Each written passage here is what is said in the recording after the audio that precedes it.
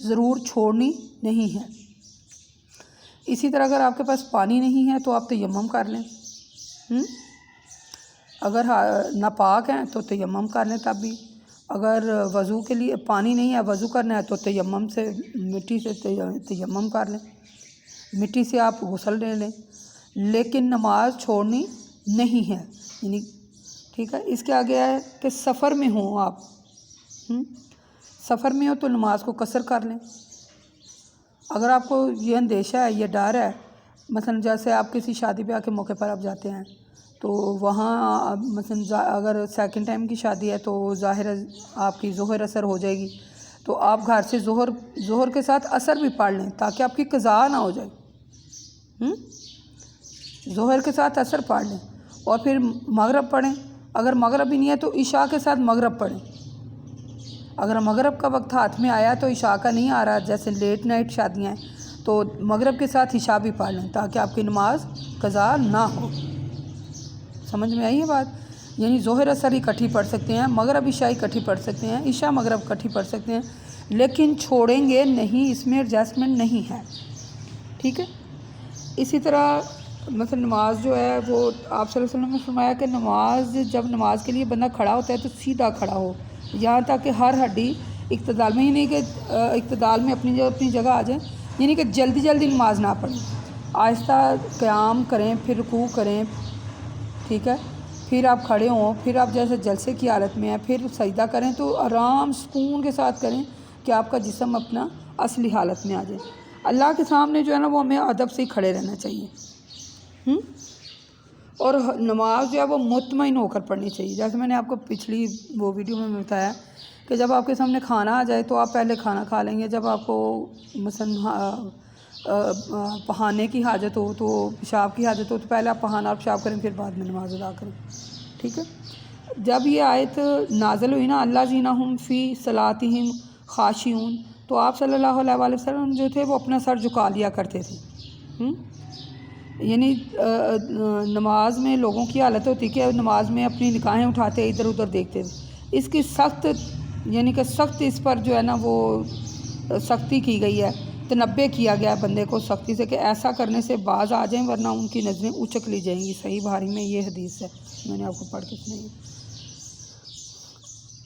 اس نماز کے بارے میں انشاءاللہ تعالی ہم آگے چل کر بھی جیسے جیسے آیتیں آئیں گی آپ کو وضاحت سے فرمائیں گے۔ بس میرا اس میں اتنا ہی میرا کہنا ہے، یعنی کہ قرآن پاک کی روح سے جو میں بیان کر رہی ہوں کہ نماز، آپ کسی بھی حالت میں نماز معاف نہیں ہے۔ آپ بیمار ہیں تب میں نے آپ کو وضاحت سے بتا دیا کہ بیمار ہیں تو نماز کیسے پڑھیں، اگر آپ سفر میں ہیں تب آپ کیسے پڑھیں۔ پھر اللہ نے ہم پر ایک اور آسانی کی ہے کہ نماز سفر میں ہے تو قصر کر کے پڑھ لیں، ٹھیک ہے، قصر کر کے پڑھ لیں، دو فرض، یعنی قصر کا مطلب ہے کہ دو فرض کر کے پڑھ لیں، ظہر اثر اکٹھی پڑھ لیں، مغرب عشاء اکٹھی پڑھ لیں، لیکن چھوڑیں نہیں۔ تو یعنی کہ نماز قرآن پاک میں اللہ تعالیٰ نے بتا دیا کہ نماز کے متعلق کی ہے، تو اگر ہم چھوڑتے ہیں یا اگر ہم اس کے بارے میں کوئی لاپرواہی کرتے ہیں، نماز نہیں پڑھتے، تو پھر خود ہی دیکھ لیں کہ ہم اپنے آپ کو یعنی کہ کہاں اکٹھا پاتے ہیں، ٹھیک ہے۔ ہمیں پھر اپنے آپ میں چیک کر لینا چاہیے کہ ہمارے کتنے کے نمبر آئیں گے اگر ہم نے قرآن میں یہ نماز کے بارے میں حکم آ گیا ہے کہ اللہ تعالیٰ نے اس کے بارے میں ایڈجسٹمنٹ میں دیا کہ اگر آپ سفر میں ہوں یا اگر ایز بیمار ہوں تو کیا کیا کریں۔ تو اگر ہم نہیں پڑھے تو پھر اپنا ٹھکانہ دیکھ لیں کہ ہمارا ٹھکانہ کہاں ہے۔ تو اس لیے ہمیں اللہ تعالیٰ سے دعا کرنی چاہیے کہ ہمیں نماز جو ہے وہ ٹائم پر ادا کرنی چاہیے اور اللہ کا حکم مانتے ہوئے ادا کرنی چاہیے اور خشوع و خضوع کے ساتھ ادا کرنی چاہیے تاکہ ہم جنت الفردوس کے وارث بن سکیں۔ اب اس کے آگے آتا ہے کہ نماز کیسے پڑھنی چاہیے، ٹھیک ہے، اس کا جو نماز پڑھنے کا طریقہ کار ہے وہ کیسے پڑھنی چاہیے۔ سب سے پہلے تو جو نماز ہے وہ مثلا نماز اللہ اکبر کہہ کر نماز شروع کرنی چاہیے۔ پہلے تو آپ یہ بات یاد رکھیں گے مرد اور عورت کی نماز میں کوئی خاص فرق نہیں ہے۔ عورتوں کی چونکہ مختلف حالتیں ہوتی ہیں، جیسے کہ بعض اوقات عورتیں مثلا بہت موٹی ہوتی ہیں یا انہیں گھٹنے کی درد ہو یا وہ بیٹھ نہیں سکیں کسی بیماری کی وجہ سے، یا حاملہ عورتیں جو ہیں تو وہ کوشش کریں کہ ویسے پڑھیں، لیکن اگر مثلا جیسے عام طور پر نماز لوگ چیئر پر بیٹھ کر پڑھ لیتے ہیں گھٹنوں کو درد کی وجہ سے یا کچھ ایسے معاملات ہو جاتے ہیں، تو وہ اللہ تعالیٰ رؤوف الرحیم ہے، وہ الرحمن الرحیم ہے، تو وہ یقیناً ہم پر رحم فرمائے گا، ہماری حالت کو وہ جانتا ہے، اور ہمیں اپنی نیت کو بھی وہ اللہ تعالیٰ دیکھتا ہے کہ ہماری نیت کیا ہے۔ تو اس لیے آپ نماز لازمی پڑھیں، چھوڑیں نہیں۔ مثلا مجبوری ہے نا، ہمیں مجبوری ہے نا کہ ہم بیٹھ نہیں سکتے، بیمار ہیں یا سجدہ صحیح نہیں کر سکتے، تو آپ جیسے نماز پڑھتے ہیں آپ پڑھیں ضرور، چھوڑیں نہیں، ٹھیک ہے۔ چھوڑنے کا حکم نہیں ہے، ایڈجسٹمنٹ ضرور ہے، چھوڑنے کا حکم نہیں ہے، ٹھیک ہے۔ تو اس لیے عورت جو ہے وہ ذرا اس میں ہو جاتا ہے۔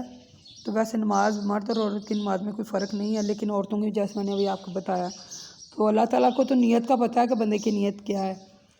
تو نماز جو ہے وہ صحیح طریقے سے ادا کرنی ہے، صحیح کوشش پوری کریں، آگے اللہ تعالیٰ ہمیں معاف کرنے والا ہے، ٹھیک ہے۔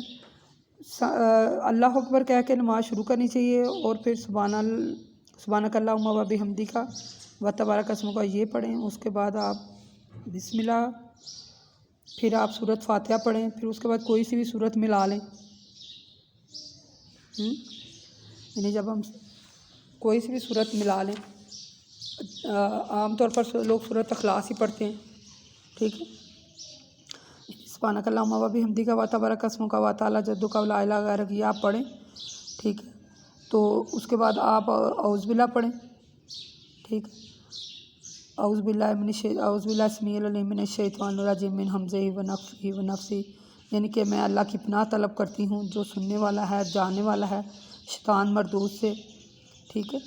تو اس کے تکبر سے، اس کی مثلا جو ہمارے شعر و شاعری سے، ونفخہ ونفثہ، اس کا شعر و شاعری سے مراد ہے یعنی ہمارے وہ جو خیال آتے ہیں اور وہ ہمیں بھڑکا کرتا ہے، ٹھیک۔ پھر ہمیں خفیہ آواز میں بسم اللہ پڑھنی ہے، پھر بلند آواز سے مثلا وہ جب جماعت کراتے ہیں تو پھر وہ تو ہمیں چاہیے بسم اللہ پڑھ کے پھر سورۃ فاتحہ پڑھیں، پھر اس کے ساتھ کوئی سورت ملائیں، سورۃ اخلاص ملائیں، یعنی جو آپ کو صورتیں آتی ہیں اس کے ساتھ وہ سورت ملائیں اور نماز ادا کریں، ٹھیک ہے۔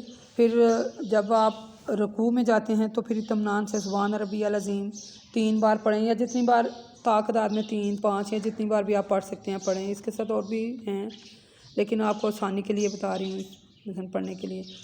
پھر آپ سمیع اللہ کہہ کر پھر کھڑے ہو جاتے ہیں، سیدھے کھڑے ہو جائیں۔